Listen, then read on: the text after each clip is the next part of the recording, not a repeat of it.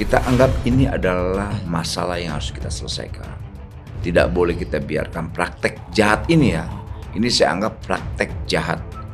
Di situ kalau mereka ngotot, misalnya para pelaku usaha ini yang nahan ijazah ini, kita akan kenakan pasal penggelapan. Artinya banyak orang yang bohong ini. Dan itu pelajaran untuk pelaku-pelaku usaha yang nakal. Di eranya Pak Prabowo dan menteri kita ini Pak Yasserli dan saya wakil menteri, praktek ini nggak akan bisa lagi mereka lakukan. Nahan ijazah, tekan-tekan buruh, tekan-tekan karyawan, fitnah-fitnah buruh, fitnah-fitnah karyawan, udah nggak bisa lagi. Jangankan bailout, gua aja di fitnah minta 20% kok saham di Sritek. Makanya ya mau jadi politisi ya politisi bener lah, jangan jadi politisi busuk cuma hanya framing mampunya. Tapi tahu siapa yang niup-niupin isu itu? Tahu, politisi, aktivis, politisi juga. Ya ini emang gitu. Ini pakai nih kata ini nih yang soal good looking, ya. Itu cuman industri pelacuran lah, prostitusi yang bisa menggunakan itu. Halo Sobat TN, ketemu kita di Open Minded One on One. Kita akan berseniar dengan seorang tokoh yang pernah berkunjung juga ke Diskursus Network.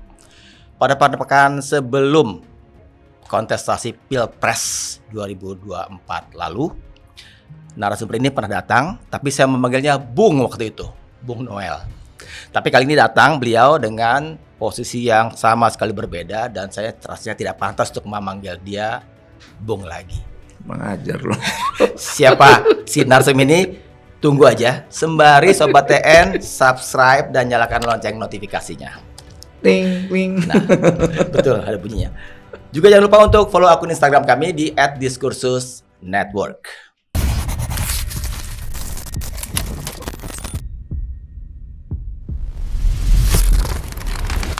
Sobat TN, ini dia narasumber yang saya sudah spill tipis-tipis tadi di depan. Sekarang Dulu saya panggil Bung Noel karena posisinya sebagai ketum relawan Jokowi Mania yang bertransformasi menjadi Prabowo Mania. Sekarang beliau datang dengan safari dan ada logo yang berwibawa di sini. Sekarang adalah beliau Wakil Menteri Ketenagakerjaan Republik Indonesia. Selamat datang Pak Wamen Immanuel Ebenezer. Selamat datang. Thank you bro undangannya ya. Makasih sudah datang. Karena ini kan jam kerja. Nah. Jadi dari kantor pakai ini. Oh, iya. Itu SOP bukan ini enggak. Pak Wamen. Ya. Bisa dibilang hari-hari ini pekan-pekan ini Kementerian Naker sedang banyak cerita kasus atau isu nasional banyak kan. Nah, ini kesempatan buat Pak Wamen untuk clarify, membuat publik lebih tercerahkan tentang isu-isu itu yang mungkin belum sepenuhnya terang. Sekarang saatnya ruangnya ada nih. Oke. Saya berangkat dulu dari ini deh. Ketika Pak Wamen awal-awal begitu gegap gempita dengan sidak sini sidak sana, penahanan ijazah. Tapi kabar-kabarnya hari-hari ini main di virtual juga ya, di medsos kabar-kabarnya. Ya.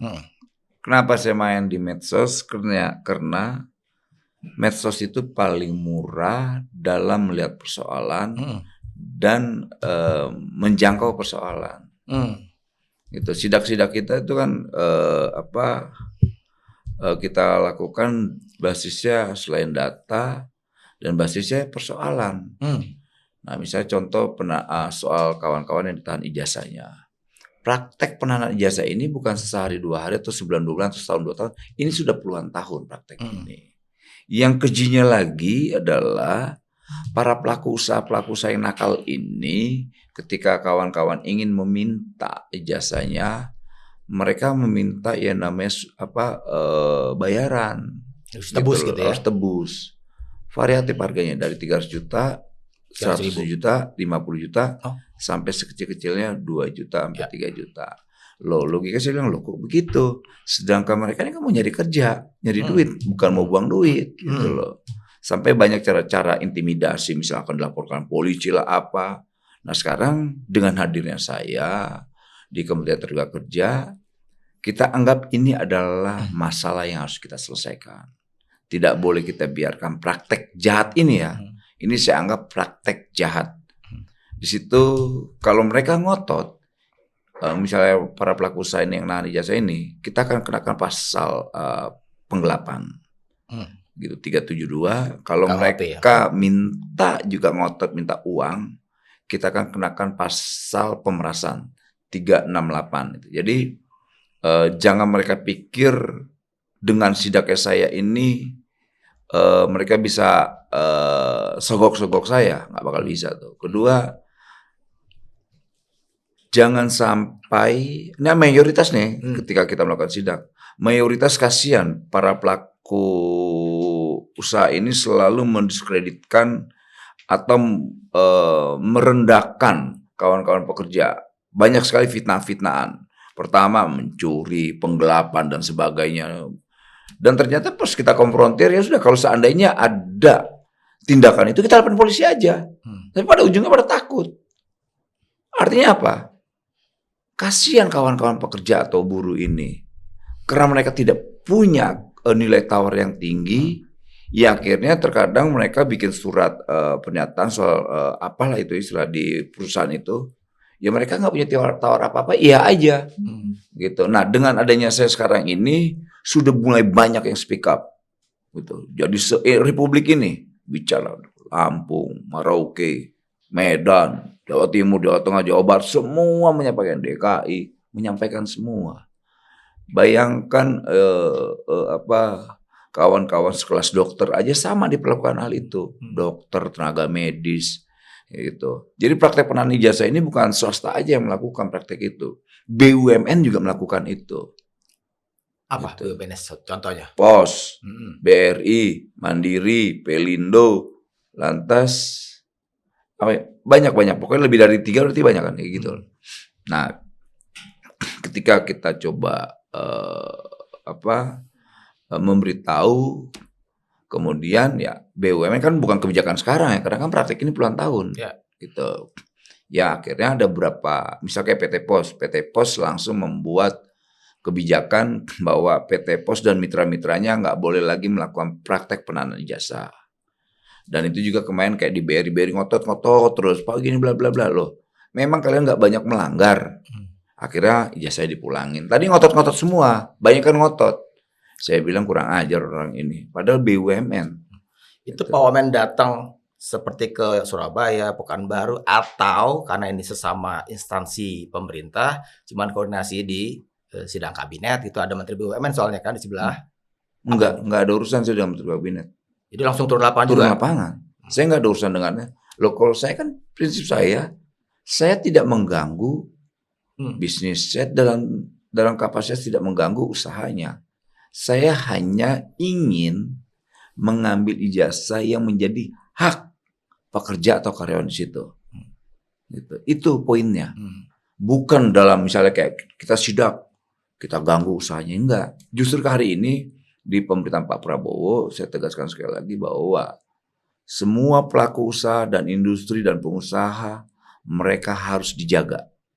Karena mereka punya semangat untuk membangun negara ini. Yang kita lawan hari ini para pelaku usaha yang nakal. Gitu loh.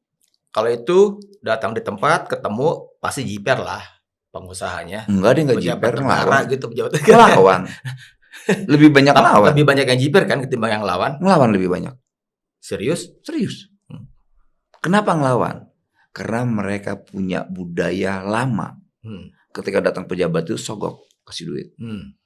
Makanya kasihan persoalan ketenaga kerjaan itu tidak pernah selesai. Kenapa? Ya karena pejabat-pejabatnya disogok.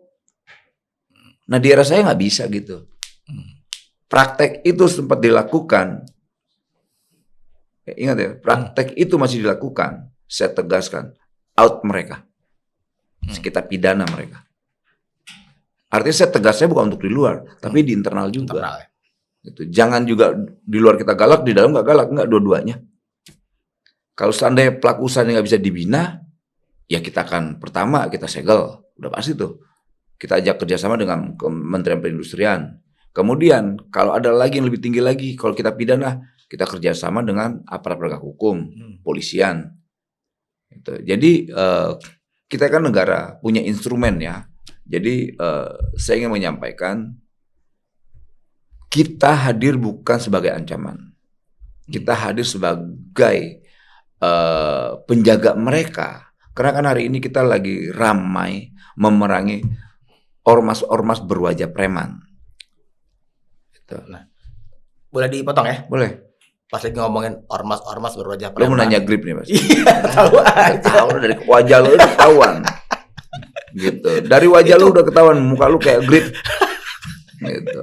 Ayo, lu Jelas nanya apa? kan, media udah nggak pakai tanda galing-galing lagi kan, udah confirm, udah verifikasi bahwa seorang Immanuel Ebenezer adalah anggota Dewan Penasihat Grip Jaya kan. Udah baca setelah berita itu, kan ada berita itu. Kan ada berita lagi. Udah baca nggak? Belum kayaknya. Nah, langsung pura-pura nih ininya nih. Coba dong di ini. Enggak, kan saya sudah menyampaikan tidak.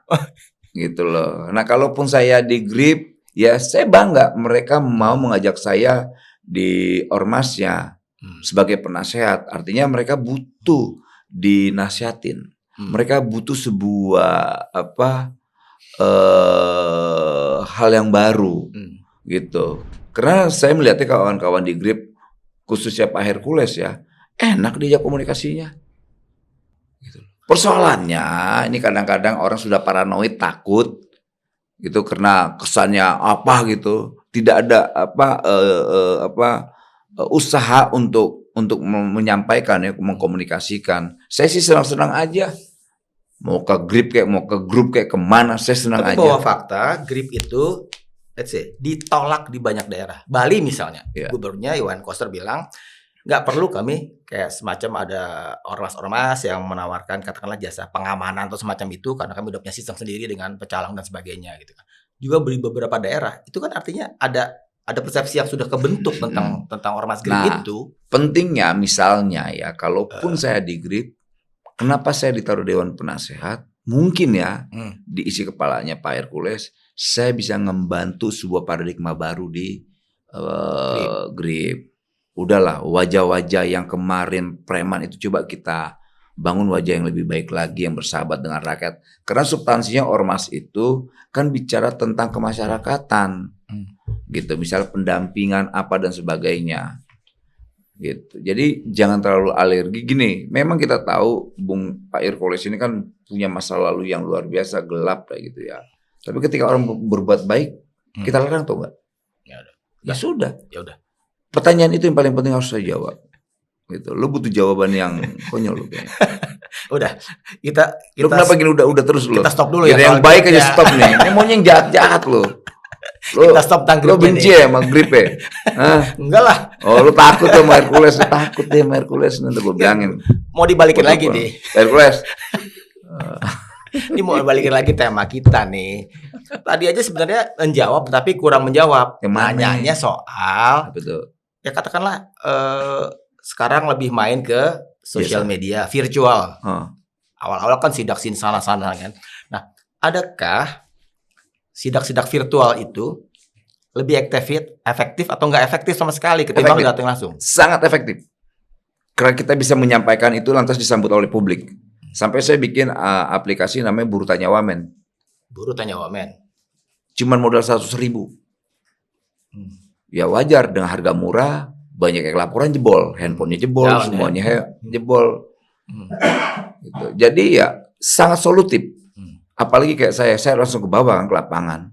Dan semua langsung diselesaikan pada saat itu. Misal kawan-kawan, selesaikan, saya bilang nggak mau. Saya harus selesaikan, nggak bisa tidak, nggak boleh ditunda-tunda. Gitu. Jadi alhamdulillah semua apa yang kita lakukan ya sidak ya pada umumnya terselesaikan. Kalaupun tidak terselesaikan ya kita selesaikan di meja pengadilan gitu. Kalau yang via virtual terselesaikan juga kah? Terselesaikan. Ada komunikasi langsung sama si pemilik perusahaan misalnya? Ya kan kita telepon langsung. Misal kayak siapa misal di sini si Iwan, Pak, saya ada masalah ijazah saya, kemudian saya pesangon saya nggak dibayar, kemudian gaji saya di bawah UMK. Ya kita telepon, kita tanya kenapa ini, gitu loh. Dan pada umumnya, yang akhirnya dengan ya wajah saya sebagai negara, sebagai pejabat, saya gunakan untuk hal itu, keberpihakan. Jangan wajah kita sebagai negara sebagai pemeras. Ini perbandingan aja, satu yang baik penolong, yang satu pemeras. Ada bandingan ke sana, udah ekstrim, ada kutub yang ekstrim itu. Pemeras itu pernah ada jadinya. Ya, peristiwa itu ada, bukan pernah. Ada. Jadi jangan pakai diksi itu. Pernah ada kejadian itu. Gitu loh. Dan praktek itu hari ini kita larang. Kalau mereka pejabat-pejabat ini ya masih melakukan praktek itu, ya ada risiko hukumnya. Gitu. Karena kita mau membangun ke depan Indonesia lebih baik. Kan kasihan nih rakyat hari ini. Kayak kemarin di BLK Bekasi buka job fair, membludak sampai ada semacam kegaduhan lah ya. Dan itu kan kita miris. Gitu, ngeliat kejadian itu kok begini ya. Ini saya mau selesai segmen 1 dulu nih tentang sengaja sebelum lu nyampe ke sana gue lebih dulu. Gue udah tahu dari wajah dan mata lu. Gitu. Dari DLK, grip, udah tahu. Lu mau nanya apa gue udah tahu nih. Enggak, ini yang baik-baik lah. Justru baik-baik, di jawabannya pasti akan bagus, normatif nih. Tentang pilihan akhirnya untuk tidak serta-merta melulu ke bawah, tapi juga sekarang pakai pendekatan yang media sosial. Teknologi media sosial gitu. Cepat kan gue udah tahu kan, sebelum lu keluarin tuh udah tahu kan. Itu kan soal diksi doang. Gitu kan. Ini emang well design, dibentuk tim khusus untuk mengelola itu.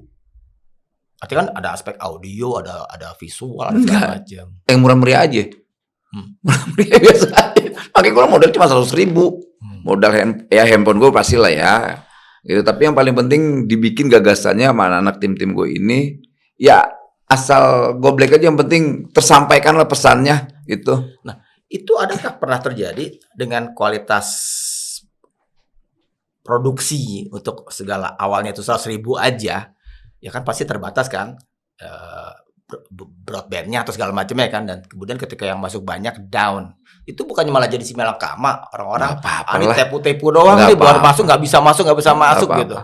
Kan kita ada jadwal kita, misalnya ini emang kita lagi bagusin ya sistemnya supaya bagus ya. Misalnya saya live gitu, kita langsung aja tuh kita pakai handphone yang mana. Jadi satu handphone itu cuma buat aduan aja gitu. Kan kita bikin bukan posko aduan ya, nomor aduan. Gitu. Nomor aduan itu di 0811 2024 0808. Gitu. Kita bikin itu. Ya walaupun down ya, nggak kuat, dengan banyak yang mengalir aduan ya, laporan, tapi minimal kita punya keinginan untuk bagaimana mendengar problem-problem itu secara langsung, dan kita bisa juga gunakan masalah ini, bisa kita directkan langsung ke misalnya ke pelapor dan terlapor. Biasanya kita akan sampaikan. Selama ini kan untuk memediasi persoalan kan panjang birokratnya ini, melalui A, B, C, D, G. Padahal itu semua bisa langsung diselesaikan. Udah kita telepon, gimana nih persoalannya? Apa yang bisa saya bantu? Pak, tolong Pak diselesaikan. Bla bla bla. Selesai semua. Nggak butuh waktu sebulan, 2 bulan, 3 bulan. Gitu loh. Jadi sebetulnya nggak terlalu rumit menyelesaikan persoalan di Republik ini, seandainya kita punya keinginan untuk benar-benar menyelesaikannya. Bagus banget tuh omongannya. Loh, memang benar. Loh, faktanya bukan itu fakta atau tidak yang gue sampaikan. Yang saya sampaikan fakta. Gitu loh. Bukan saya ngada-ngada ya, omong-omong gue. Ini beda sama channel personal ya? Apa? Akunnya beda sama yang personal ya, yang tadi itu. Gue nggak ngerti lah, pokoknya gue bikin aja. Mau personal atau apa, bikin. Soalnya nih ada ini nih. Apa tuh?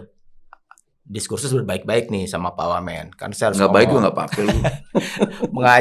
mengajak Sobat DN untuk subscribe channelnya Pak Wamen, Immanuel Ebenezer Official. Tuh, kurang baik gimana kita promoin. Oh, gila. Iya kan? Ya. Itu lain lagi sama yang tadi maksudnya kan? Ya. Iya. Tapi isinya mirip-mirip apa gimana? Mirip-mirip. Okay. Tadinya kan itu cuman buat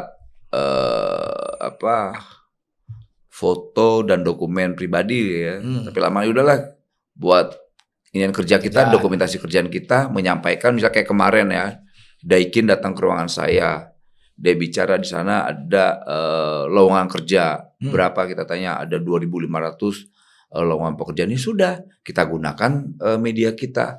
Saya tekankan kita akan membantu dan menjaga kawan-kawan Daikin. Kenapa? Mereka memberi namanya kesempatan orang hidup dengan angka 2.500 orang itu. Kewajiban negara apa? Harus menjaga dong. Hmm. Supaya apa? Mereka usahanya terjamin. Jangan lagi nanti mereka sudah memberi negara ini, warga negaranya dikasih pekerjaan, perusahaannya dipintain duit lah, proposal dan sebagainya. Nggak boleh. Makanya saya tekankan, kalau masih ada ormas yang minta ngirim proposal, calon tenaga kerja, dan pejabat-pejabat minta duit, laporin ke saya. Gitu. Kita harus menjaga agar mereka punya kepastian, kenyamanan berusaha. Kan enak ketika kita lakukan hal itu. Nah, ini yang dibutuhkan para pelaku usaha dan pengusaha. Gue butuh kepastian, izin, dan Pak Prabowo udah menyampaikan peraturan-peraturan yang menyusahin itu udah jangan ada lagi. Pertek juga jangan ada lagi. Kalau bikin pertek laporin ke saya. Artinya apa? Negaranya sudah tegas dalam hal itu. Tinggal pengusahanya, ayo kita kolaborasi. Kalian pengusaha punya 2 kewajiban.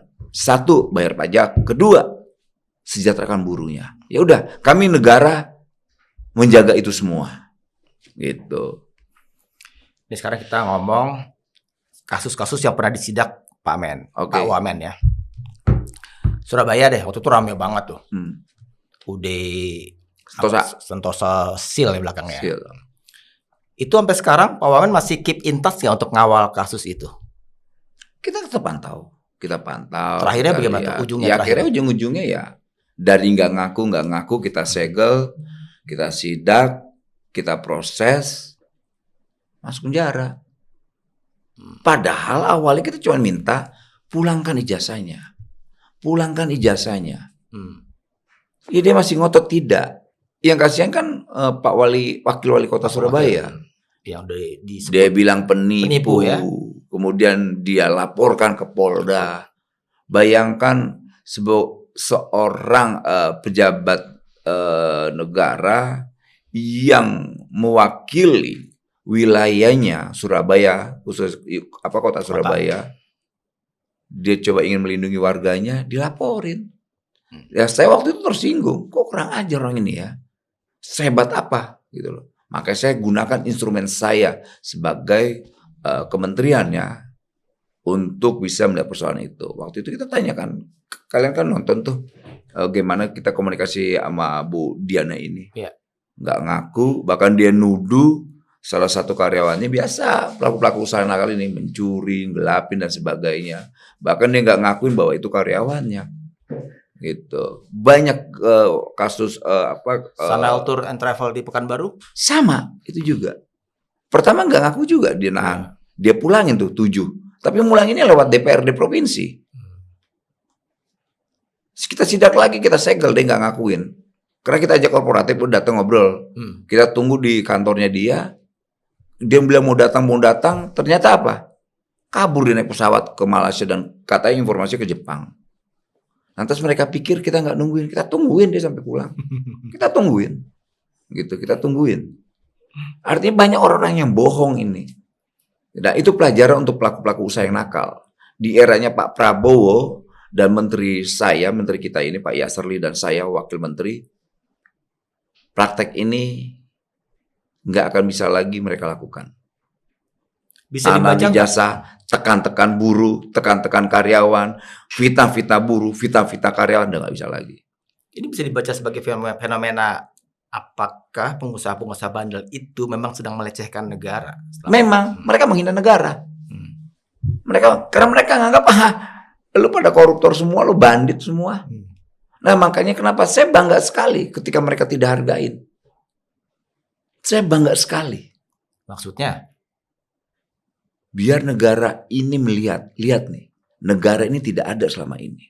Wajah negara nggak ada. Gitu. Itu kan tindakan-tindakan mereka yang tidak menghargai saya. Kenapa saya harus jelaskan juga, kenapa saya harus pakai baju dinas. Itu menunjukkan bahwa ini negara yang hadir. Bukan ormas, bukan apa. Gitu. Walaupun baju dinasnya salah. Itu ternyata baju upacara. Iya, aku salah baju, salah custom. Tapi nggak apa-apa. Gitu.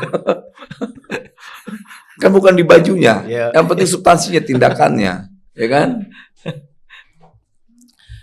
Tentang Pak Wamen getol sidak sana kemari. Apakah pola itu menurut ini ya individual judgment, personal judgment itu pantas untuk jadi role model Pantas. untuk pejabat negara yang lain. Pantas. Kita harus mencontohkan ke siapapun pejabat negara Republik ini, apalagi di pemerintahan Pak Prabowo ya. Pejabat itu kewajibannya melayani rakyatnya. Bukan rakyatnya melayani pejabatnya. Datang dong ada persoalan. Bagaimana kita mau menyelesaikan persoalan kalau kita tidak turun ke bawah? Ya akhirnya apa? Cuman gosip, hoax dan sebagainya. Makanya kadang-kadang saya sampaikan ke kawan-kawan yang laporan ke saya, ini hoax atau tidak? Kalau hoax saya tidak mau, gitu loh. Benar atau tidak?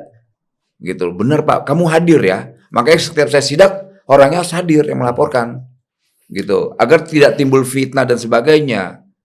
Makanya mayoritas yang saya sidak, biasanya kita sudah verifikasi. Benar Mbak, jangan bohong. Jangan sampai saya datang, oh jangan negara nih. Gimana malunya saya? Gitu. Alhamdulillahnya mayoritas benar gitu. Dan mayoritas terselesaikan gitu. Nggak pakai tartor-tartor. Yang tartor-tartor itu biasanya kita kasih penyelesaian di hukum.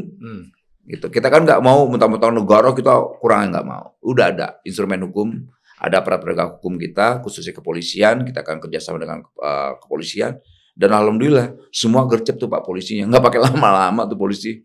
Tapi kan polisi punya cara ya dalam proses penindakan gitu. Dan kita hormatin cara itu. Dengan Pak Wamen rajin dalam tanda petik nih, saya pakai tanda petik, rajin turba ke bawah-bawah itu kan. Akhirnya di media yang lebih kentara di kementerian itu. Tahu pasti menterinya nggak kerja ke sana. Gue udah tahu dari ini loh. Kok Wamen yang lebih nongol ya? Digeser dikit ya. Apa ini? Lo menanya itu kan? Iya, tapi geser dikit biar nggak kebaca deh. Udah tahu. Bukannya ini jadi persepsinya di publik ada matahari kembar nih. Waduh. Dengan Menteri Gini, Shirley. menteri saya ini kan bukan mantan guru besar. Dia seorang akademisi. Nah, saya ini kan lapangan. Mungkin dan diakui oleh Pak Menteri saya nggak nguasain lapangan Pak Noel. Nah, sama halnya Pak Menteri, saya juga nggak nguasain apa yang Pak Menteri dapatkan hari ini secara akademisi. Dia seorang profesor. Ya. Dia hanya mampu melakukan apa yang dia miliki. Dia seorang konseptor. Dia seorang konseptual. Dia jago sekali merancang undang-undang, aturan dan sebagainya. Dan saya tidak teliti seperti dia. Nah, artinya ada yang bisa saya lakukan, belum tentu Pak Menteri bisa lakukan. Sama halnya, apa yang Pak Menteri bisa lakukan, belum tentu bisa saya lakukan. Jadi nggak ada artinya berbagi peran. Nggak ada ketersinggungan di Pak Menterinya? Nggak ada. Sangat karena kita kan fleksibel. Nggak ribet. Makanya apa yang saya lakukan selama pertama tidak meras, tidak nyakitin hati rakyat, tidak merusak institusi besar Kementerian Tenaga Kerja. Saya lihat menteri maaf ya, ini mungkin subjektivitas saya. Menteri yang luar biasa yang benar-benar nggak punya ketersinggungan, merasa disaingin dan sebagainya. Ini Menaker doang kali ini, Pak Prof. Yasserli. Karena kita diskusi enak. Kalaupun saya nggak diskusi kan dia udah tahu tuh, udah ngerjain ini, gitu. Dan alhamdulillahnya sampai detik ini, ya bagus kan. Saya sidak-sidak ijazah, besok SE ijazah. Sidak-sidak soal persyaratan tenaga kerja, bikin SE kita. Walaupun nantinya ujungnya nanti itu permen semua tuh, gitu. Nah, SE atau permen kalau kita acuannya ke hierarki perundang-undang kita itu kan jauh banget di bawah kan. Udah di Undang-Undang 45, TAP MPR, Undang-Undang, Peraturan Pemerintah Pengganti Undang-Undang, Peraturan Pemerintah, Kepres, Inpres, Presiden lah itu. Terus baru Menteri. Nah, itu jauh banget tuh. Adakah SE, surat edaran atau permen itu punya daya paksa seperti undang-undang? Kalau undang-undang kan peraturan yang memaksa. Kalau SE kan himbauan. Itu. Ya, makanya nggak ada daya paksa ya jadinya kan cuma tapi nanti aja, permennya. Kan? Kalau nggak permennya kita bikin PP atau Perpu atau apalah yang bisa melakukan tindakan hukum. Gitu loh. Saya kan bukan anak hukum, aku nanya itu gue pusing juga. Iya. Kalau undang-undang pasti kan peraturan yang kita tahu lah hierarki itu, kan ada sanksinya. Kalau makanya kita kan mau nyari undang-undang atau peraturan yang ada konsekuensi hukumnya. Makanya saya ngotot itu di kementerian. Dan alhamdulillah nggak ribet. Oh iya Bang, kemarin kan saya berharap SE ini langsung bicara poin-poin yang nggak boleh dilakukan. Ternyata nggak boleh bang katanya.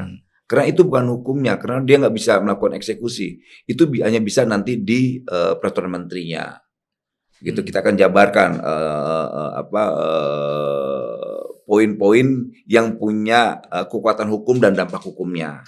Kayak gitu. Ayo, apalagi lu. Yang lama. Masih banyak. Baru Jangan setengah jam. banyak-banyak. Gue mau geser. Kan baru setengah jam ini. Kan Iya. dia just 1 jam. Kita ngomongin deh street tax. Hampir lupa nih street tax kan.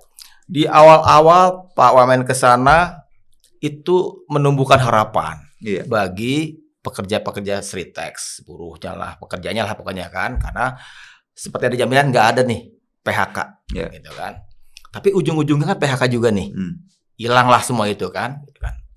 Jadi apa yang terjadi itu dengan segala janji? Tahu nggak PHK-nya dari bulan apa? Tahu deh.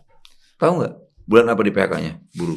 Wah, lupa lagi kalau soal Jangan lupa dulu lo, kalau yang jelek-jelek lo ingat lo, yang baik-baik lo lupa. Ya udah, makanya lo jawab dulu. Kronologi.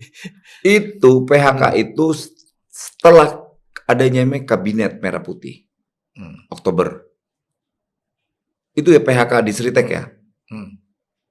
Lantas akhirnya pas momennya saya di Magelang, akhirnya dipanggil oleh Presiden 4 kementerian, BUMN, Perindustrian, Perdagangan, dan Kementerian Tenaga Kerja untuk menyelesaikan. Nah saya datang tuh, saya selesaikan untuk tidak adanya PHK. Padahal itu udah ada keputusan PHK itu. Akhirnya, ya karena ini kan sudah masuk di kurator, ya kan? Kurator. Saya nahan untuk tidak PHK itu dari bulan Oktober sampai bulan Februari. Berapa lama tuh? Nahan badai PHK. Oktober sampai Februari. Kemudian ada keputusan hukum kurator mem-PHK itu domain siapa? Domain hukum atau domain eksekutif? Apa nih? Yang kurator tadi yudikatif lah. Hukum kan? Iya. Domainnya yudikatif kan? Hukum. Hukum. Bukan domain eksekutif lagi kan? Nah, jangkauan itu saya tidak bisa intervensi. Karena itu sudah ada keputusan hukum. Apalagi kita lihat, ya kan, berita-berita sekarang ini, komisaris utamanya ditangkap Kejaksaan Agung. Di sana ada persoalan hukum yang orang tidak tahu. Gitu. Sebetulnya sudah terjawab sebetulnya. Kenapa adanya PHK? Gitu loh. Saya mau verifikasi nih mumpung berhadapan langsung. Betulkah kalau saya kelewatan baca risetnya, betulkah Pak Wamen ini salah satu yang terdepan atau malah satu-satunya yang katakanlah menyodorkan opsi bailout untuk street tax? Nah, itu juga salah tuh. Nah, makanya saya verifikasi sekarang. Itu makanya orang kok bailout apa urusannya Kementerian Tenaga Kerja, apalagi saya Wamen.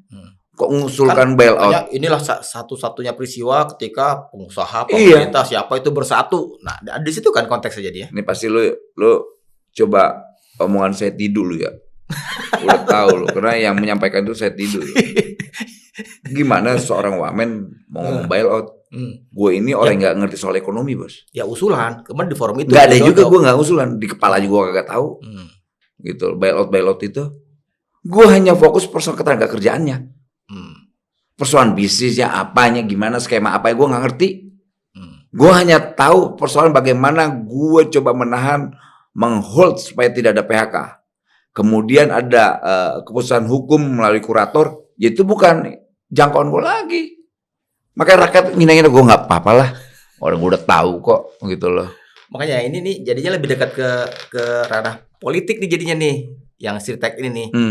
Ketika ya hampir diyakini betul bahwa street tax ada hubungannya dengan keluarga Jokowi, dengan geng Solo. Ya, makanya ada pabrik street tax di Kamboja misalnya itu kan karena kata Profesor Renald Kasali itu karena lobby, kabar-kabar karena lobby Jokowi dengan pemerintah Kamboja. Orang langsung nyerangin Jokowi.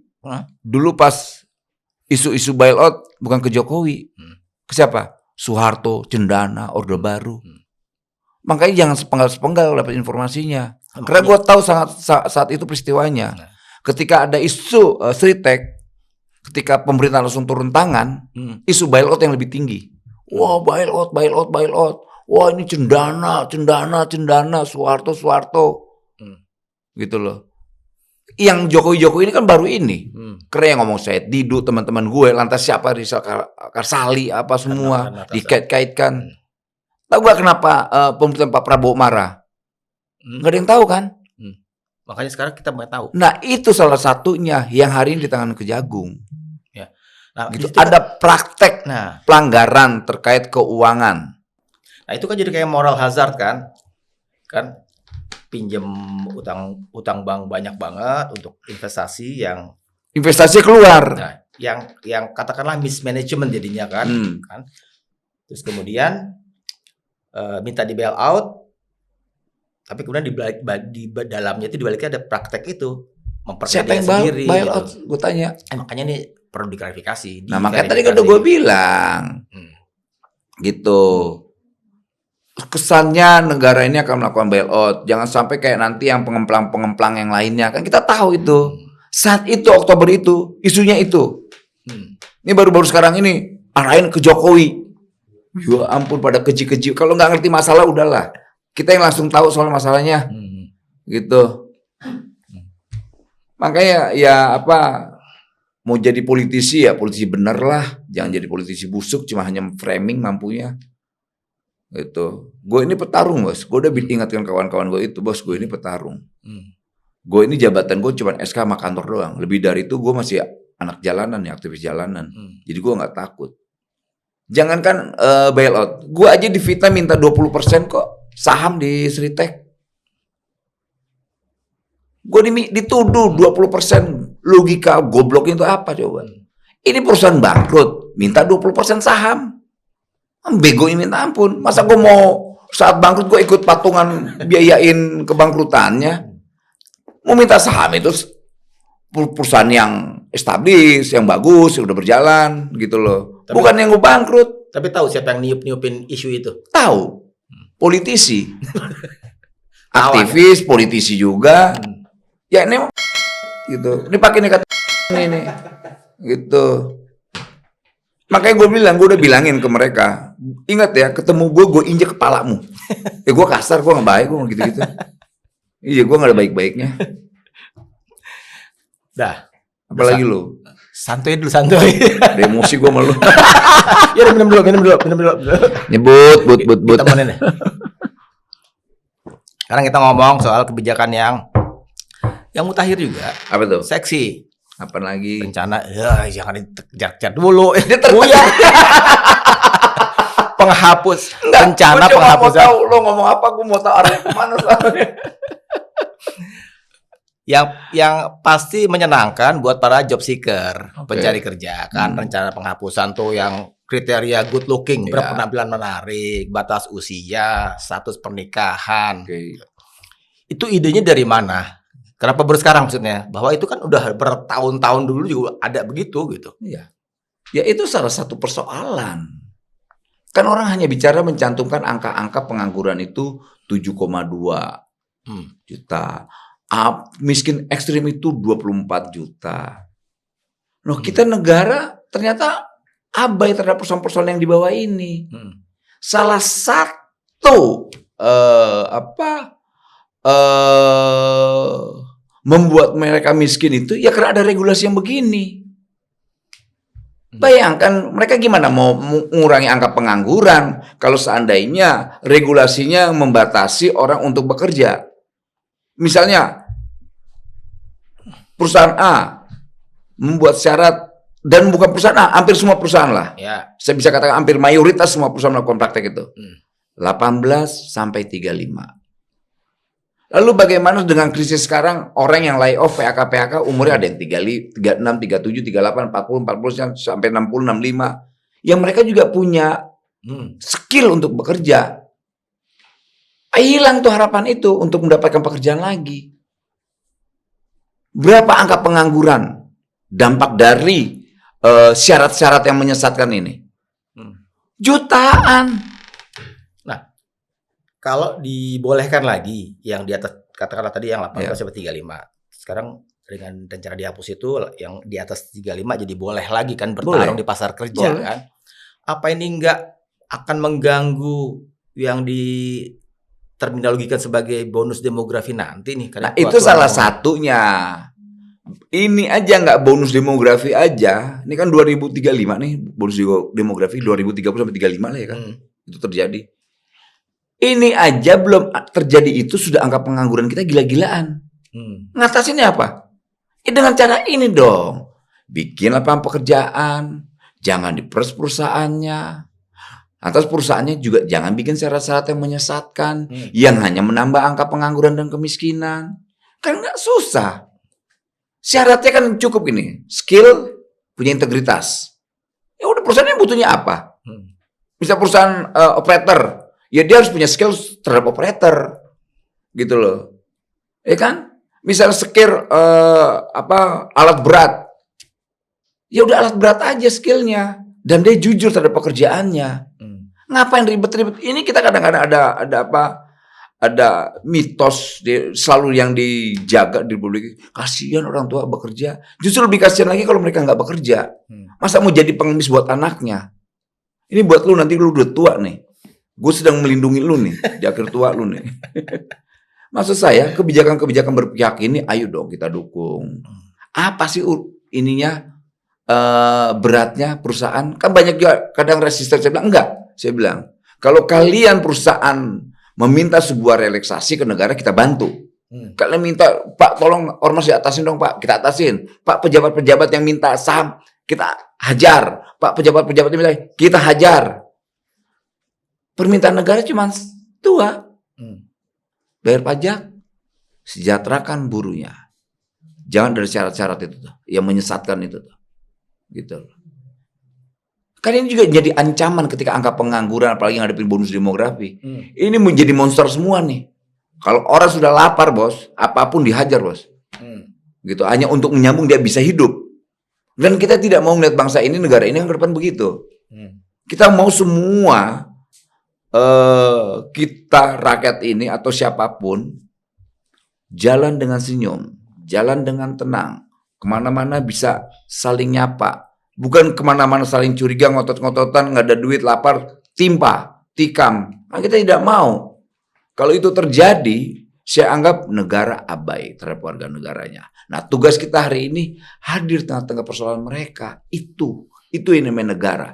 Itu yang namanya pejabat. Pejabat harus mampu menjawab persoalan-persoalan tantangan terkait persoalan-persoalan mereka. Ada regulasi, buat regulasinya. Jangan memberatkan regulasinya. Jangan memberatkan industri, jangan memberatkan rakyatnya. Tapi juga sebuah fakta yang sulit untuk ditepiskan bahwa lowongan kerjanya, apalagi formal ya, itu ada disparitas, ada diskrepansi yang luar biasa dengan job seeker-nya, pencari kerjanya kan.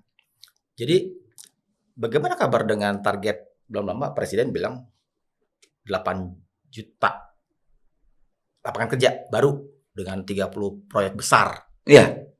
Ya, akan dijalani. Karena ini kita baru mengkonsolidasikan duit kita dengan adanya Danantara, ya kan? Karena nanti Danantara ini kan semua duit-duit itu akan digunakan untuk proyek-proyek investasi. Misalnya membangun swasembada energi. Kemudian ada swasembada pangan. Kita akan menciptakan para pekerja-pekerja petani milenial. Sabar dong. Gitu. Ini kan pemerintah masih bayi. Baru ngerangkak kali atau baru apa? Belum bisa jalan, belum bisa lari, baru ngerangkak. Tuntutannya, ekspektasinya udah nggak mungkin. Kalau anak baru lahir kemudian suruh lari, yang ada jatuh, luka-luka. Akhirnya apa? Jalan enggak, yang akhir sakit. Kan kita tidak mau begitu. Kita mau prosesnya lewatin dong, tahapannya, gitu. Ya kita menghargai ekspektasi orang ya, publik terhadap pemerintahan Pak Prabowo. Tapi harus dipahamin, kita tidak semudah itu karena banyak harus kita benahin. Banyak sekali kita benahin. Dengan situasi semacam itu, akhirnya kita lari ke Kenian lagi ke hari-hari ini.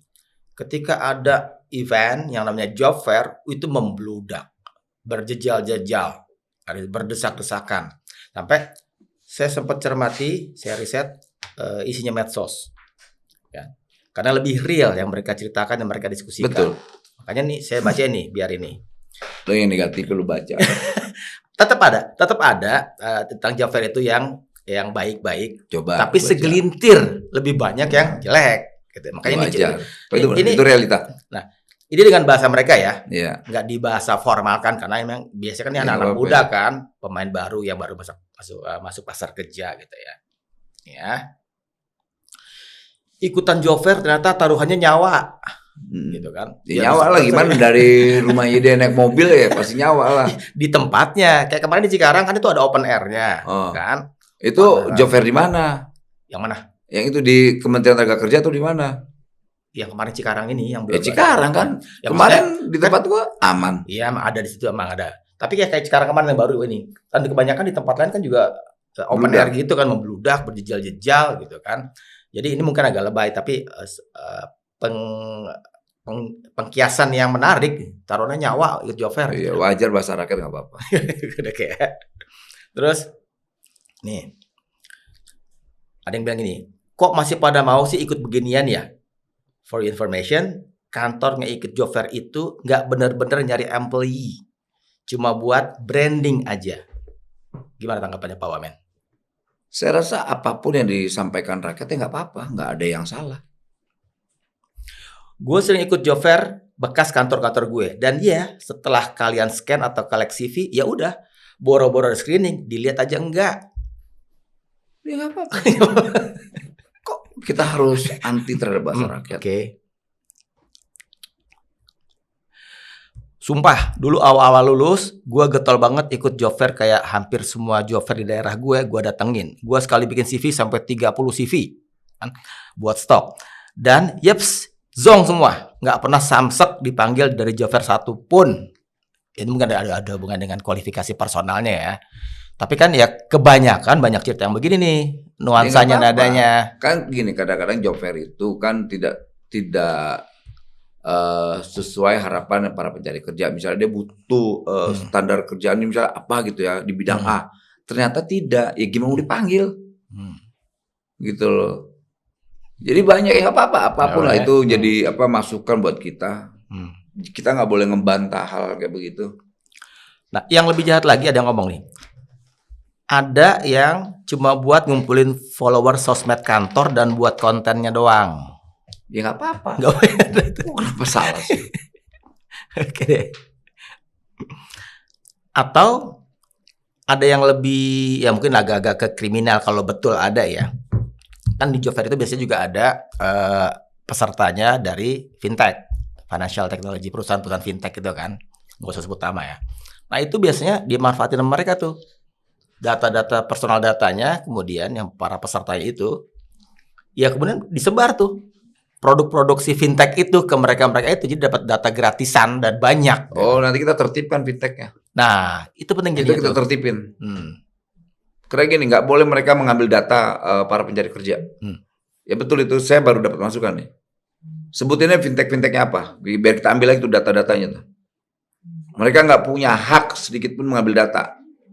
Karena kalau seandainya yang diambil data keberatan bisa kita pidana tuh.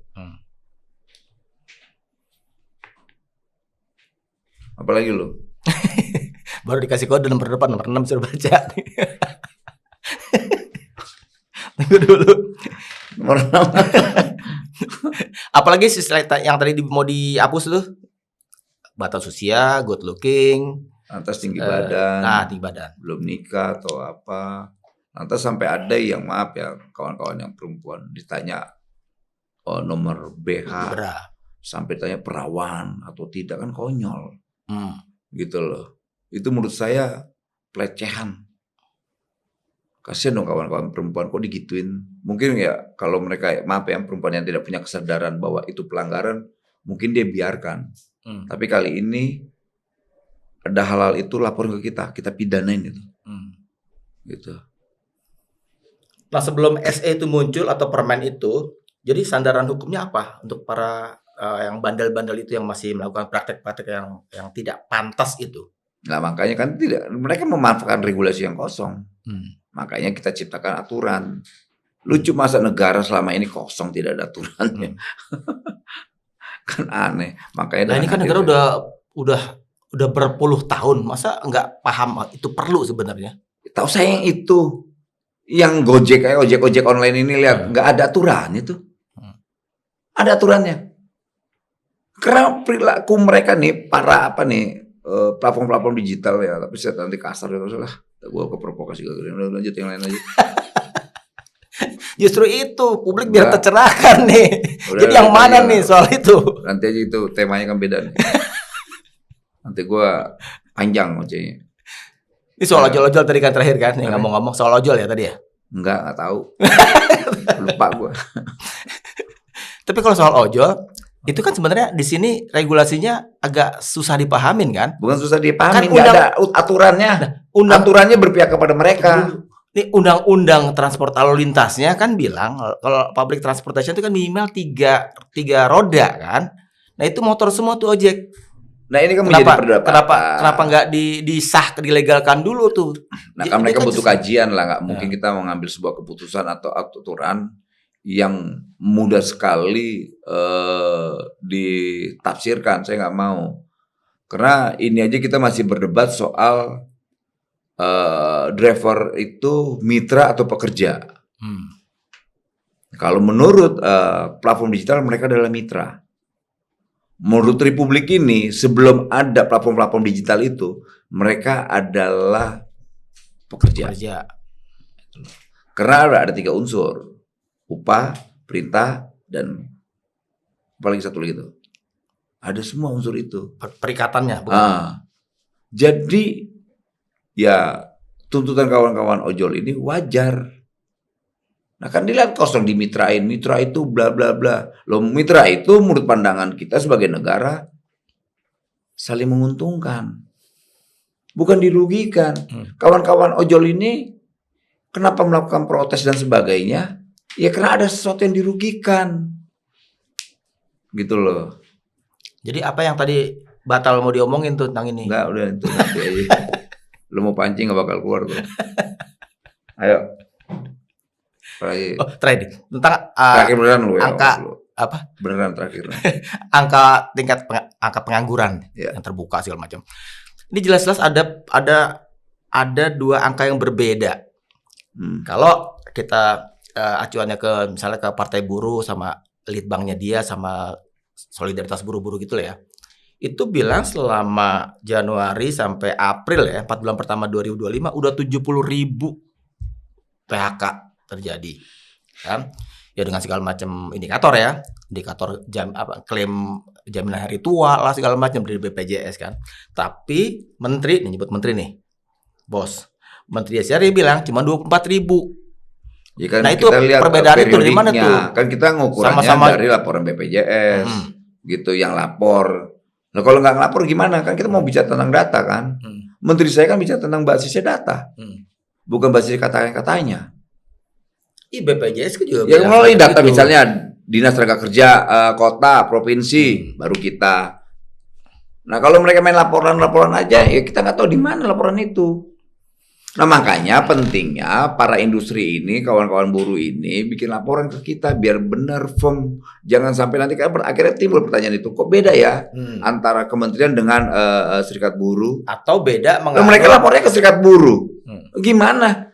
Lapor ke kita dong, kita negara, biar itu menjadi data kita, menjadi bahan evaluasi kita. Atau ada perbedaan menganut terminologi tentang pengangguran. Karena bilang penganggur itu kalau kerja kurang dari 1 jam seminggu nganggur. Tapi ya itu juga ada soal itu. Kadang-kadang misalnya kayak kawan-kawan petani kan ada waktu-waktu mereka bekerja, ada waktu juga mereka tidak bekerja.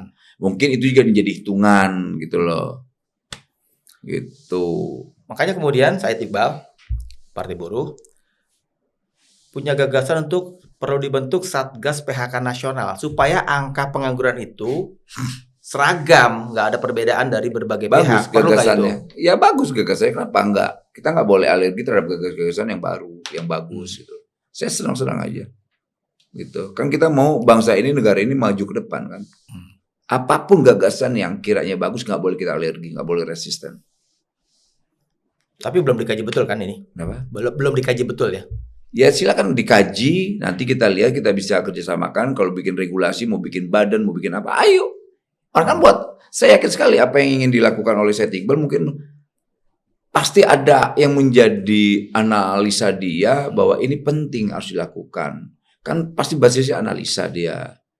Apalagi dia kan buruh dan presiden buruh ya, dia tahu banget tuh persoalan-persoalan di bawah. Ya nggak apa-apa, ayo.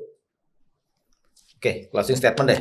Bentar aja, jangan panjang-panjang. Ada nggak Apa tuh? closing statement? Apa tuh soal? Ya tentang ini, tentang segala macam yang ada hubungannya dengan kementerian, dengan tugas sekarang. Ya. Penanganan ijazah lah, apalah segala Oke. macam yang baru-baru. Sekali lagi untuk para pelaku usaha, hentikan praktek kriminal. Kawan-kawan pelaku usaha terkait ijazah.